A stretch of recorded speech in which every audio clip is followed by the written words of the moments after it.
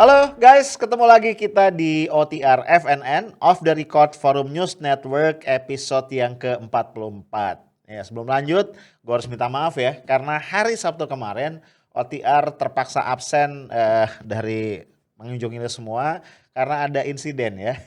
Insiden kecil yang mengganggu namanya radang tenggorokan. Suara gue hilang bro, jadi nggak bisa ngomong. Oke, seperti biasa gue akan ngobrol-ngobrol sama partner gue, jurnalis senior FNN, Mas Hersu Beno Arif. Gue sapa dulu ya. Assalamualaikum, Mas Hersu. Waalaikumsalam warahmatullahi wabarakatuh. Ini memang setiap kali Anda menghilang itu harus ada klarifikasi, Bang Arif. Soalnya karena banyak sekali sekarang musim hacking ya. Oke, betul. Dan seperti kita ketahui juga websitenya FNN ini kan sekarang up and down gitu karena memang Betul. dikerjain gitu ya.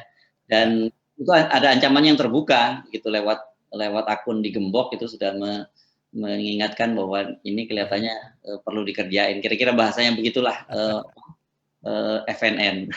Itulah ya, risiko betul. hidup di negara demokrasi seperti Indonesia. Dan Yes. sebenarnya kita juga sudah mendapatkan semacam gambaran betapa buruknya dunia cyber di Indonesia. Kan itu Indonesia masuk di 20 negara dengan keamanan cyber terburuk ya. Jadi Betul. nggak perlu kaget kalau banyak yang akun platform percakapannya dihack, dan Betul. kemudian juga ada web-web yang juga cukup kritis seperti FNN ini juga dihack oleh para hacker.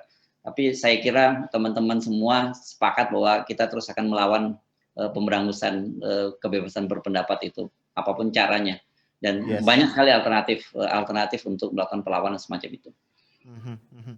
Kalau nggak salah sebelumnya para penggiat anti korupsi juga Mas ya, yang Iya, iya. menentang TWK Ya. 75 pegawai KPK itu juga kena hack juga ya?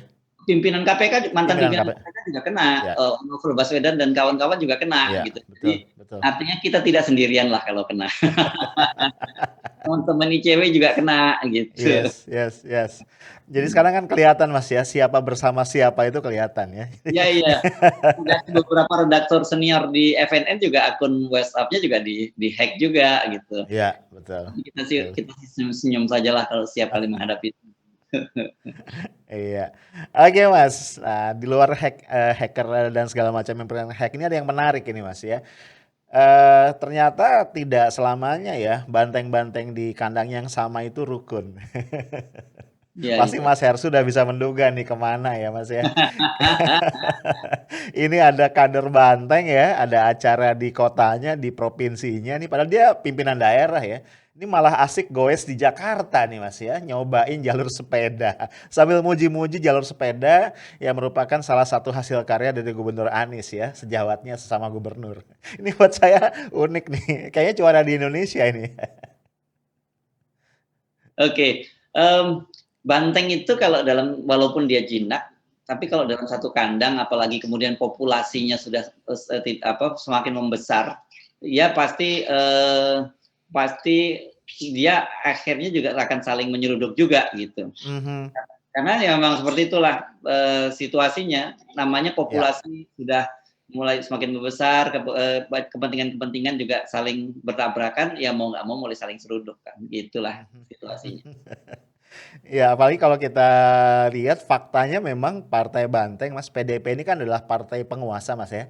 Partai Ya. pemenang pemilu yang kalau kita lihat dari prosentase suara, ini menjadi satu-satunya partai yang visible untuk mencalonkan capres-cawapres secara mandiri di Ya. Pilpres yang akan datang gitu ya. Jadi kita bisa bayangkan jagoan-jagoan di kandang Banteng ini udah mulai mengasah tanduknya masing-masing nih untuk Mhm. menyeruduk yang lain dan kemudian melesat ke depan. Dan saya pikir Gubernur Jawa Tengah ya, Ganjar Pranowo ini salah satu kandidat yang paling presidensiable ya, yang paling paling punya kans untuk jadi presiden nampaknya di antara calon-calon yang lain. Kalau nggak salah Mas Hersu sudah pernah bikin tulisan ya Mas, setahun yang lalu yang memperingatkan kita semua, terutama warga Banteng yang pengen jadi presiden tuh, hati-hati sama Ganjar. Bener ya Mas kalau nggak salah gitu ya Mas? Ya, ya, ya. Tulisan saya lama itu, kalau nggak salah itu bulan Juni tahun lalu ya. Saya udah menulis Tepat setahun berarti ya, hampir hampir tepat setahun setahun. ya. Ya, waspadai Ganjar Pranowo karena memang sebenarnya mudah sekali kok kebaca apa yang dilakukan oleh Mhm. Ganjar Pranowo dan tapi gini ya, kita mesti dudukkan pada persoalannya itu sah-sah saja apa yang dilakukan oleh Ganjar Pranowo. Betul. Saya nulis tidak dalam konotasi yang negatif atau positif atau apapun, tapi saya Mhm. nulis dalam konotasi yang netral karena kalau kita lihat apa yang dilakukan oleh Ganjar itu memang kelihatan sekali dia menyiapkan diri untuk Ya. menjadi salah satu kandidat kan gitu. Jadi Ganjar ini orang yang sangat aktif di media sosial kan. Kalau Yes. lihat dan coba Anda buka-buka aja di YouTube.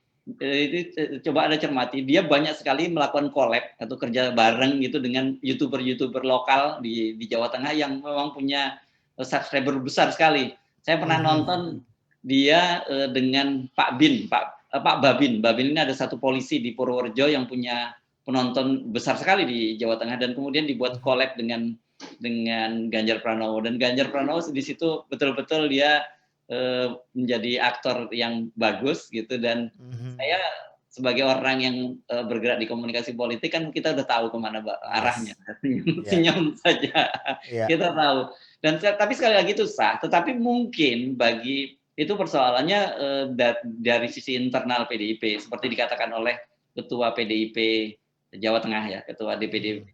Jawa Tengah dan juga kepala Bapil sekaligus Bapilu DPP PDIP Bambang Wuryanto atau dikenal sebagai Bambang Pacul itu Mhm. dianggap dia sudah kemajon. Dalam bahasa Jawa itu kemajon itu sudah terlalu maju. Kalau bola Yes. dia sudah Offside. terperangkap offside gitu.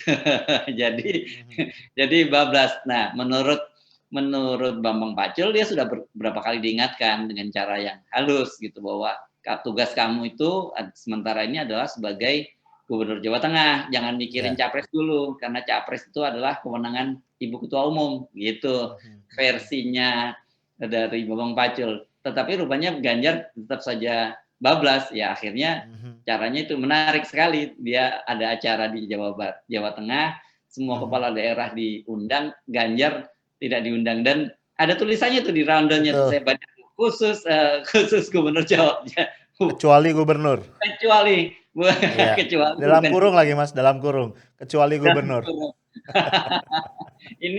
ini menurut saya kalau ini bukan gaya Jawa, tapi kalau kita pahami karena gayanya Jawa Semarangan. Gaya Semarangan itu kan Iya. pesisir ya. Kalau pesisir lebih relatif terbuka gitu, bukan gaya Iya. Solo atau gaya Jogja gitu, yang lebih halus. Kalau orang Jawa nyebutnya pakai pasmon-pasmon atau sindiran-sindiran halus. Tapi kalau ini Mhm. enggak, bahasanya langsung kalau kalau pinter ya Joko minter. Waduh ini kalau kalau Anda paham rasa bahasa Jawa itu, meskipun ada padanannya ya di dalam bahasa Indonesia, keminter itu sok pinter ya Iya. padanannya. Tapi dari rasa bahasa Jawa itu beda banget. Ini Mhm. dalam maknanya nih kalau keminter itu lu belagu lu, jadi campuran Iya. gitu. Iya. Sok pinter, belagu lu, kalau mungkin songong lu atau anak sekarang bilang sotoy lu gitu. Iya. Jadi ini betul-betul menurut saya jadi perang terbuka. Tapi yang seperti Anda sebut tadi yang menariknya ternyata Ganjar menanggapinya secara asik santuy saja. Dia malah naik sepeda di Jakarta dan sebelumnya dia ternyata mengirim lukisan ya, mengirim Yes. lukis ke Ibu Mega. Iya. Jadi sejauh ini Ganjar tahu diri dan tapi dia bisa juga tahu caranya bermain. Itu yang makanya menurut saya kenapa saya menulis waspadai Ganjar Pranowo. Iya. Ini Mas kalau kita lihat memang sosok Ganjar ini menurut saya menarik Mas, sangat menarik. Kalau Ya. kita lupakan dulu dia dari partai mana, kita lihat sosoknya sebagai pribadi saja Mas. Ini memang kalau jadi presidennya asik Mas, gitu. Iya kan karena kalau ada semacam pepatah mengatakan don't judge a book by its cover, kita tahu itu kan bohong Mas, itu hoax gitu ya. People do judge a book by its cover kan gitu ya. Dan covernya Ganjar ini memang asik ya. Tampilannya oke, dia sangat fotogenik. Kemudian kalau kita lihat keluarganya Mas ya, istrinya pakai kerudung gitu ya. Padahal dia aktivis GMNI kalau saya nggak salah. Jadi ini paduan-paduan yang untuk rakyat Indonesia ini gado-gado yang lezat gitu menurut saya. Jadi mau disorong jadi apa calon jadi capres itu nggak susah-susah amat gitu ya. Dia istrinya bisa mewakili apa sisi yang sangat religius. Kalau kita lihat Mas, pembawaan dia di kanal YouTube-nya ataupun ketika collab itu juga seru, Bang. Saya merasa ini jadi YouTuber nih, ini anak milenial kena nih sama orang kayak Ganjar. Saya pikir begitu. Nah, jadi saya pikir Ganjar nggak bodoh juga ya. Dia juga kalkulasi politiknya saya pikir cukup matang juga. Kalau dia tidak punya modal yang cukup, saya rasa dia nggak akan berani berbenturan dengan struktur partainya. Kira-kira gitu, Mas Hersu. Ya, itu antara lain kenapa kemudian saya menulis mengapa perlu mewaspadai Ganjar. Karena tadi itu Ya, bawaannya Ganjar sebagai figur tuh cukup menarik, dan kedua jangan lupa dia menjadi gubernur Jawa Tengah. Ya, Jawa yes, Tengah itu pemilihnya pemilih loyal PDIP, dan dia betul-betul menggarap basis masa pemilihnya di Jawa Tengah. Dan kalau kita ngomong Jawa itu mesti ada Jawa Tengah, Jawa Timur. Tapi Jawa Timur tuh ada irisan yang disebut daerah Mataraman. Itu kan pemilihnya sangat besar ya. Artinya orang-orang Mataraman itu seperti daerah Ngawi, Madiun, Nganjuk, Trenggalek, Blitar, Kediri dan sebagainya itu secara culture lebih dekat ke Jawa Tengah gitu. Bahasanya juga beda dengan culture Arek. Jadi ini pasar yang juga bisa digarap oleh Ganjar. Nah, tetapi itu dari sisi orang luar. Tapi sisi bagi orang dalam, ini Ganjar ini bisa jadi ancaman. yes. Kenapa? Ini saya kira berkaitan dengan apa ya, kisah kalau agak dramatis saya sebutnya traumatik dari Bu Megawati dengan Pak Jokowi. Ya, ya, Ini kan pada Pilpres tahun 2014, pada waktu Pilpres sebenarnya kan Ibu Mega ingin comeback pada waktu itu ya, ingin betul. comeback menjadi calon presiden, dan kalkulasinya sebenarnya potensinya Bu Mega cukup kuat. Tapi pada Ya, waktu itu kan Bu Mega digerilya itu oleh orang-orang yang menjadi pendukung Pak Jokowi. Medianya digarap, kemudian survei-surveinya digarap, dan ya, kemudian Ibu Mega diyakinkan bahwa kalau mau PDIP pasti menang, dapat presiden dan menang pada pemilu, ya pilihannya itu Jokowi, gitu kan, kira-kira betul. itu. Dan akhirnya Ibu Megawati menyerah gitu. Jadi kelihatannya mungkin Bu Megawati sekarang ini jadi mikir, jangan-jangan gue dikerjain lagi nih polanya. Jadi Yes, Ganjar ingin melakukan track yang sama seperti yang dilakukan oleh Jokowi. ya, Bedanya dengan Ganjar tadi itu justru tampilan yang keren yang seperti penilaian Anda tadi justru menjadi ancaman yang serius gitu. yes, betul. Nah, kalau Pak Jokowi itu kan dulu apa ya, gayanya kan seperti saya nggak mikir copras capres gitu ya. Orang Ya, lain yang disuruh kerja gitu. Jadi yes, media terus lembaga survei itu yang disuruh kerja. Nah, Ganjar juga sebenarnya melakukan yang sama kan, kita lihat surveinya juga mulai muncul, dan ada satu lembaga survei, Anda nggak usah saya sebut, misalnya sebut deh, nanti coba cari jejak digitalnya, ada satu lembaga survei yang sangat konsisten terus mempromosikan Ganjar. Saya sih iya, menduga ini pasti sudah ada semacam kerjasama antara Ganjar dengan lembaga survei tersebut. Dan tapi sekali lagi itu sah, gitu ya, sebagai betul, sebuah betul, betul. upaya politik itu sah. Yang tidak sah itu kalau kemudian mengubah hasil surveinya. Tetapi kan kita Iya, sering bicara soal, Anda berkali-kali nyebut juga how to lie with statistik gitu ya. betul, betul, betul. Surveinya kan bisa dibuat mulai di Yes, sensornya, pengambilan sampelnya, betul. kemudian sudah pengambilan sampelnya bisa diambil, kalau dalam media disebutnya angle-nya gitu ya, dipilih Iya, pengambilan kesimpulannya kan bisa diambil. Jadi iya, Ganjar sekali dia bekerja. Kenapa perbandingan antara Ganjar dengan Pak Jokowi? Satu adalah bahwa kalau dia akan menggunakan pola Pak Jokowi, seperti waktu lalu tracknya Pak Jokowi, dan saya mendengar dari teman-temannya memang seperti itu yang akan dilakukan, ini Bu Mega sudah bisa membaca. betul, betul. Yang kedua, dia memang tampilannya itu buat Ibu Mega dan Puan terutama itu jauh lebih mengancam dibandingkan Pak Jokowi, karena tadi Yes. profilnya yang kuat tadi. Itu kira-kira yang saya pikir kalau dia mau tetap mengambil tiket dari PDIP mesti ada modifikasi. Jangan betul-betul 100% plek mengambil gaya atau track yang diambil oleh Pak Jokowi. Gitu, Bang Arief. Yes.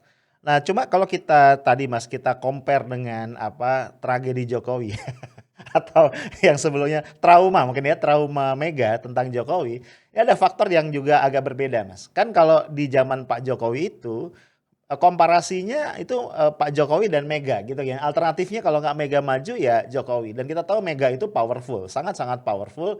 Dan Pak Jokowi tracknya belum terlalu clear juga waktu itu kan gitu ya. Kita lihat waktu itu saja Bu Mega itu bisa dipepet gitu ya oleh pendukung Pak Jokowi sampai akhirnya menyerah. Nah sekarang kalau kita lihat di Pak Ganjar sekarang, tadi Mas Heru singgung ya, modalnya tuh jauh lebih bagus ya sebenarnya modal personalnya ketimbang Pak Oh iya, Jokowi iya, waktu itu. jauh, jauh, jauh. Nah, yang kedua, lawannya bukan Mega, lawannya Puan. Lawannya jauh lebih lemah dari ibunya kan begitu ya. Kalau hitung-hitungan kita seperti itu. Ini jadi bakal menarik, Mas. Di satu sisi memang Bu Mega udah paham nih apa namanya trauma masa lalu tadi sudah membekas dan itu jadi warning buat dia. Tapi bisa jadi akan ada satu titik di mana Megawati akan dihadapkan pada satu apa namanya realita bahwa memang Puan nggak bisa diapa-apain, Mas. Nah ini yang saya lihat ya. Kondisinya agak Iya, beda iya, dengan kondisi Mega waktu itu. Mega waktu itu masih punya taji, masih punya kuku yang tajam, masih punya pengikut yang loyal segala macam. Sementara Puan kan kita sudah pernah bahas juga. Ini sudah coba di apa di amplas, didandanin, dikasih macam-macam jabatan publik tapi nggak naik juga ini Mas. Nggak ngangkat juga leverage-nya gitu ya. Jadi saya bisa membayangkan mencoba berimajinasi nampaknya Ibu Mega jadi dilematis juga. Pada satu sisi mungkin ada pride-nya yang terluka lah. Ini kok ada kader partai yang balelo. Kira-kira begitu ya. Tadi keminter udah terlalu maju kan gitu ya. Belum ada instruksi dari dia sudah mulai kelihatan pengen nyapres. Padahal anak gue juga pengen. Nah tapi di sisi yang lain tadi itu mau nggak mau dia kan juga ketua partai Mas ya. Dia mikir-mikir juga nih. Kalau saya paksakan Puan maju nih, ini efeknya ke partai ini gimana ya? Kita nggak tahu juga. Kalau bahasa gampangnya kalau harus memilih, Mega memilih anak atau milih partai. Kira-kira bahasa gampangnya kayak gitu Mas Herse. Ya. Nggak semudah itu juga Bang Arief, karena Ya. pasti ada persoalan Bu Mega berpikir bagaimanapun tentang usia. Bu Mega itu sudah Oke. lebih 70 tahun. Jadi Ya. artinya Bu Mega itu tidak ada pilihan lain sekarang ini harus mewariskan partai itu kepada Terah Soekarno berikutnya. Dan itu juga kekuasaan kepada Terah Soekarno itu kan juga. Jadi memang betul-betul situasinya Bu Mega saat ini sangat, kalau kemarin ada traumatis, sekarang dilematis. Faktanya memang seperti itu dan Iya. ketika saya kira betul kalau cara Ganjar nih, Ganjar santuy tapi tetap mepet Bu Mega. Kan tadi kita cerita Betul. tetap mengirim lukisan itu kan cara dia tetap Betul. mepet Bu Mega. Saya Iya, kira iya. Mega Ganjar tidak akan bodoh melakukan konfrontasi terhadap Bu Mega karena bagaimanapun dia tahu bahwa tetap saja dia itu akan lebih bagus kalau dia bersama dengan PDIP, bukan mencari alternatif partai lain. Saya dengar sih memang Ganjar sudah mulai bertemu dengan beberapa pimpinan partai lain gitu juga tapi saya kira kalkulasinya kalau dia tetap bisa mendapatkan tiket dari PDIP itu jauh lebih menguntungkan buat Betul. Ganjar. Jadi persoalannya apakah Bu Mega mau memberikan atau tidak. Nah, saya juga mendengar bahwa sebenarnya juga banyak sekali faksi-faksi di dalam PDIP yang juga menyadari itu gitu bahwa kalau tetap menjadikan Puan sebagai calon presiden, mereka akan mengalami kerugian double. Satu, pertama dipastikan akan kalah, kedua juga tidak memberikan kotel efek kepada PDIP kan gitu. Nah, tapi kalau kita maju sedikit dengan peta-peta ini, Anda perhatikan nggak buzzer-buzzer pemerintah yang selama ini pro? Betul. Ya kan? Ini menarik Mas. Setidaknya ada dua buzzer ini ya. Walaupun saya agak malas nyebut nama ya, tapi sudahlah ya. Denny Siregar sama Eko Kuntadi ya. Ini nampaknya cukup ya walaupun masih agak-agak halus nih ya. Beda kayak misalnya nyerang HRS tuh beda banget ya. Tapi bahasanya bahasa sindiran. Ya misalnya kalau Eko Kuntadi tuh kita lihat nih misalnya kita tayangkan dia bilang kayak tanda kutip nyalahin Pak Ganjar gitu ya. Makanya Pak Ganjar jangan terlalu perform kalau jadi gubernur gitu. jangan terlalu tampil di medsos. Nanti dekat sama milenial segala macam gitu ya. Jadi Siregar juga begitu. Nah, buat saya ini menarik, Mas. Jadi tadi kembali ke itu, bisa jadi Ganjar juga berhitung ya. Di satu sisi tadi saya setuju sama Mas Hersu, dia tetap tidak akan menutup pintu dia dengan PDIP. Bodoh sekali kalau ditutup ya. Artinya kalau bisa dapat di endorse oleh Bu Mega kenapa enggak gitu ya. Tapi pada sisi yang lain pasti juga dia sudah siapkan ini rencana-rencana cadangan gitu ya. Artinya ada yang dijalin, ada yang mensupport, ada yang membackup sehingga dia berani melangkah sejauh itu. Dan bahwa buzzer-buzzer RP, buzzer istana itu kemudian membuli Puan dengan berbagai cara menurut saya adalah sebuah sinyal. Jadi bisa jadi bertemu kepentingan Mas, keinginan pribadi dari Ganjar untuk maju sebagai capres.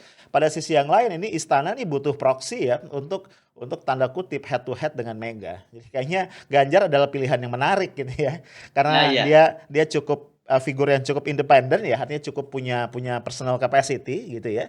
Pada sisi yang lain dia juga diperhitungkan juga secara internal. Gitu Mas Hersun. Ya kan gini, kalkulasinya, kalau kan kemarin ada opsi 3 periode, misalnya gitu Ya, ya. Kalau opsi tiga periode tidak berhasil, bagaimanapun Pak Jokowi kan pingin juga orang yang menjadi presiden itu orang yang bisa mengamankan kepentingan Pak Jokowi berikutnya gitu. yes, Dan betul. dan orang itu kalau dia Pak Jokowi ingin diamankan kepentingannya, Pak Jokowi kan harus punya jasa terhadap orang itu, misalnya kan gitu ya. Yes. Kalau misalnya Puan yang naik, Puan tidak akan pernah merasa punya utang budi apapun kepada Pak Jokowi, karena Ya. kan ini partai-partai gua, lu juga gua dari partai gua kan kira-kira begitu. Ya, Sementara kalau orang seperti Ganjar misalnya katakanlah didukung oleh Pak Jokowi, ya pasti Ganjar akan tahu dirilah bahwa dia didukung betul. dan dia punya kewajiban untuk mengamankan itu. Jadi kalkulasinya saya nggak terlalu kaget kalau kemudian buzzer-buzzer pendukungnya Pak Jokowi kemudian tiba-tiba langsung berada di belakang dari Ganjar Pranowo dan kemudian membuli Puan. Jadi bukan hanya dua tadi, ada beberapa banyak kok kalau Anda baca di Ya, ya. media sosial hampir semua buzzer RP itu berada di belakang Ganjar. Jadi ini akan sangat seru perkembangan berikutnya, Bang Arief. Iya. Kita juga jangan lupakan Mas, PDIP ini kan punya persoalan serius ya berkaitan dengan korupsi bansos ya Mas. Yang sampai sekarang ini masih masih terus bergulir begitu ya. Dan kita tahu lah dalam sistem perpolitikan Indonesia yang super jorok ya. Hal-hal Hmm. kayak gini kan biasanya disimpan ya Mas. Kartu-kartu yang disimpan kemudian akan dimainkan pada pada saat-saat yang tepat.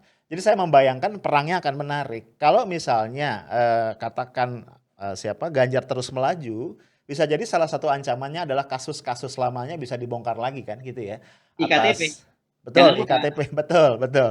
Ini kan Ya, kejaksaan bisa diarahkan segala macam ya oleh PDIP. Nah, tapi pada sisi yang lain kalau betul tadi Ganjar di backup oleh istana, ini akan menarik juga Mas. Kalau misalnya kemudian sinyal istana kepada KPK untuk membongkar madam bansos dan segala macam, ini bisa jadi menarik juga. Jadi saya bisa membayangkan ini seperti lalu lintas Mas yang ketemu di perempatan tanpa lampu merah lah kira-kira gitu ya. Ini akan saling saling kunci mengunci dan buat kita nih jurnalis dan juga publik akan sangat seru untuk menyaksikan ini kayak apa. Siapa yang jadi lebih kuat? Artinya pertarungan antara istana dengan istana Teguh Umar ini akan semakin kelihatan, akan terjadi battle yang sangat kencang. Gitu, ya, Mas Hersu. ya. Ini nanti kita bisa lihat indikasinya seperti itu. Apakah kemudian kalau Ganjar terus maju, nah itu berarti Hmm, kan pasti ada kekuatan besar yang akan mendukung dia. Tetapi kalau kemudian Ganjar mundur selangkah gitu, dia melakukan semacam ya katakanlah menurunkan tensi, mungkin tidak akan terlalu kehebohan, tidak akan muncul. Tapi kalau dia akan terus iya, kencang tadi ada satu, dia pasti punya backup yang cukup kuat. Berikutnya pasti akan ada semacam gesekan-gesekan yang semakin menarik. Itu kan sejauh ini Ganjar belum menyampaikan statement apapun ya kan. betul. Padahal sebenarnya dia diserang secara personal sangat sangat keras tadi. Sekali lagi Mhm. kita sampaikan soal ojo keminter itu kata yang nggak enak di telinga itu buat orang orang Jawa gitu. Yes, Oh, yes. menarik. Jadi mari kita tunggu. Tapi menurut saya gesekan semacam ini akan menarik. Ini baru internal di kandang banteng. Belum lagi Iya, nanti kalau kan imbasnya kalau ada gesekan di internal kandang banteng juga akan ada muncul gesekan-gesekan lain di kubu koalisi. Jadi jangan terlalu kaget kalau kemudian muncul berita-berita yang menarik di beberapa pekan atau bulan ke depan. iya. Mas, mungkin kalau kita angkat sedikit ke level yang lebih abstrak begitu ya. Di sisi lain inilah potret ya. Kita harus kembali ingatkan publik ya para pemirsa kita, para viewer kita, inilah potret demokrasi kita Mas ya. Potret demokrasi kita yang memang satu sangat tidak matang, dua sangat personal centered ya. Jadi para aktor Mega, Jokowi itu jauh lebih dominan ya ketimbang parpolnya, jauh lebih dominan ketimbang instrumen-instrumen politik formal kita. Dan inilah ciri dari satu demokrasi yang masih terperangkap sebenarnya pada paradigma kenegaraan yang sangat-sangat tradisional. Ya nampaknya kita masih harus bersabar ya Mas. Impian reformasi kita tentang satu negara demokrasi yang matang, yang dewasa, yang rasional, meritokrasi itu kayaknya masih jauh. Karena kalau kita bicara satu sistem demokrasi yang sehat, sebenarnya manuver-manuver seperti yang dilakukan Ganjar itu bukan sesuatu yang istimewa dan harus jadi bahan bulian juga kan gitu ya. Kalau kita lihat Ya, ya. misalnya videonya itu kelihatan ketara banget cara Puan merespons begitu ya. Kalau saya lihat nih nggak politisi banget ya, istilahnya itu nggak modern banget ya cara, mohon maaf ya tanda kutip nih mama bisa marah lah. Cara mama yang kesel Mas. Cara mama yang kesel. Kan dia mengatakan yang namanya pemimpin itu ya nggak di medsos, dilihat dari bagaimana dia turun ke lapangan, dilihat oleh teman-temannya, dilihat oleh pendukungnya kan gitu ya. Jadi kelihatan banget orang yang kesel, orang yang dongkol secara pribadi dan itu diungkapkan di satu forum publik gitu ya. Nah Ya. ini menurut saya sebuah sinyal ya baru sampai situ memang kualitas dari perjalanan demokrasi kita selama 23 tahun reformasi. Itu Mas Hersu. Ya memang sekarang ini eranya era medsos, jadi Betul. nggak usah dipertentangkan, bisa aja dia turun ke lapangan dan kemudian di-amplifier melalui Ya, medsos. betul. Nah, dan juga kalau kita lihat ini paradoks Mas ya. Karena kalau kita lihat main-main medsos dengan segala pencitraan, kader PDIP yang lain ya, let's say Ibu Risma itu kurang gimana gitu kan ya. Pencitraannya, di branding di medsos, tampil di mana-mana. Cuman karena memang searah dengan tanda kutip garis partai, kalau istilahnya PDIP tegak lurus kepada ketua umum nggak jadi masalah gitu kan. Tapi ketika Ganjar yang dianggap menjadi pesaing dari Puan itu jadi persoalan. Kan Ya, persoalan cuma di situ sebenarnya. ya. Dan sebenarnya kan Mbak Puan ini dengan posisinya sebagai ketua DPR itu juga panggungnya jauh lebih besar nih, panggung besar. Betul, panggungnya nasional Mas. Nggak dimanfaatkan dengan cukup baik gitu. Bahkan kalau Betul, kita betul. mengajukan sidang-sidang pada saat sidang-sidang mengambil keputusan penting, Puan bukan dia mengambil tampil, malah dia menyerahkan pada wakil ketuanya kan itu yang terjadi Betul. sekarang. Ya. Karena Mbak Puan bagiannya mematikan mic, Mas. Sekarang dia coba mematikan Ganjar. Yes, yes. Oke, Mas. Kita hampir tiba di akhir. Mas Hersu punya catatan penutup, Mas, tentang kisru perseteruan kandang banteng ini. Kira-kira prediksi Mas Hersu dari ekstrapolasi kita di masa lalu nih, ke depan ini apalagi, Mas, kejutan-kejutan yang akan dihadapi, akan kita lihat. Kalau saya melihat ini mungkin akan reda sejenak ya kasus ini. Oke. Kita akan lihat bagaimana reaksi Ganjar. Jadi apakah ini akan mengalami eskalasi atau tidak itu sangat tergantung dari langkah yang dilakukan oleh Ganjar. Mhm. Misalnya apakah kemudian dia mencoba menurunkan tensinya atau dia akan semakin kencang. Tapi kalau lihat sinyalnya ini memang agak susah dibaca karena pada saat yang bersangkutan Oke. kita sebut dia justru malah naik sepeda di Jakarta, ini kan simbol juga, begitu Ya. simbol. Jakarta ini kan simbol, jangan dilihat Ganjar cuma naik sepeda dari ke Tanah Abang itu simbol, apalagi dia memuji Anies Baswedan kan setidaknya Yes. langsung karena keren ini anunya, tracknya Ya. itu keren banget gitu. Tetapi di Ya. satu sisi kan kemudian dia seperti kita sebut sebelumnya dia mengirimkan lukisan dari seorang pelukis ke Ibu Megawati. Jadi Yes.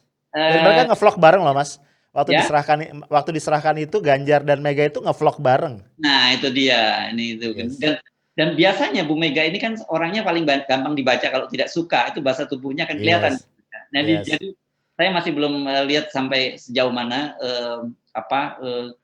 ini eskalasinya akan berkembang.